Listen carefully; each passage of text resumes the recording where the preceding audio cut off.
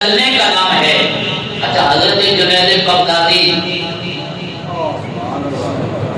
عالم تصوف کے امام، صوفیاء کے امام حضرت جنید بغدادی رحمت اللہ علیہ آپ فرماتے ہیں صوفی وہ ہے جس کا دل حضرت ابراہیم خلیل اللہ کی طرح دنیا کی محبت سے خالی ہو جائے.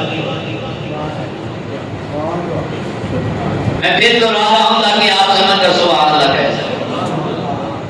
آپ فرماتے ہیں صوفی وہ ہے جس کا دل حضرت ابراہیم خلیل اللہ کی طرح دنیا کے محبت سے خالی ہو اور وہ ہر وقت اللہ کے حکم کو بجا لانے کے لیے تیار ہو کہ کوئی یار کا حکم آئے اور میں پہلے اس کے لیے تیار رہا.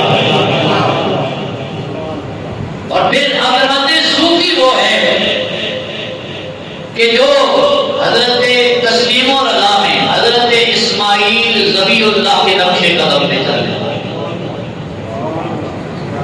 اب ہر بات میں سبحان اللہ کہنی چاہیے. آپ تسلیم و رضا میں صوفی کی تعریف ہو رہی ہے. تسلیم و رضا میں مان لینے میں حضرت اسماعیل نے حضرت خلیل اللہ نے فرمایا تھا نا کہ بیٹا میں نے خواب دیکھا ہے تو میں رب کے نام پہ ذبح کر رہا ہوں.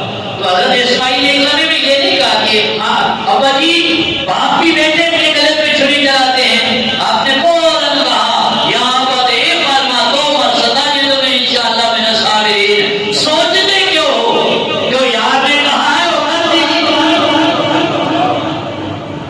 تو جنید بغدادی فرماتے ہیں صوفی وہ ہے جو تسلیم و رضا میں حضرت اسماعیل ذبیح اللہ کی طرح ہو اور آپ فرماتے ہیں جو فقر میں حضرت عیسیٰ علیہ السلام کی طرح ہو.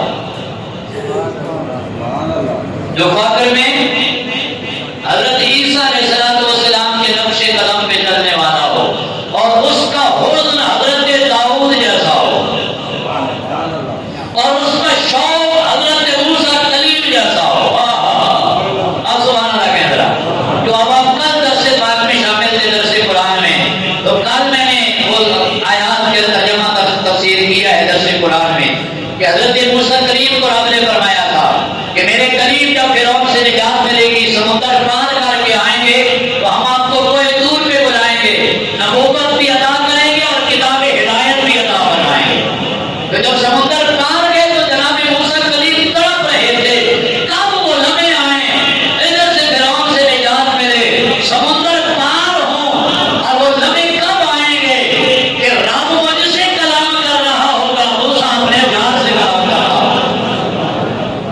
یعنی شوق کرتا رہا تھا موسیٰ کلیم کو. حضرت جنید بغدادی فرماتے ہیں صوفی وہ ہے جس کا شوق جناب موسیٰ کلیم جیسا ہو اور جس کا صبر حضرت ایوب علیہ السلام کے صبر کی مثل ہو اور جس کا اخلاص نبیوں کے تاجدار جیسا ہو.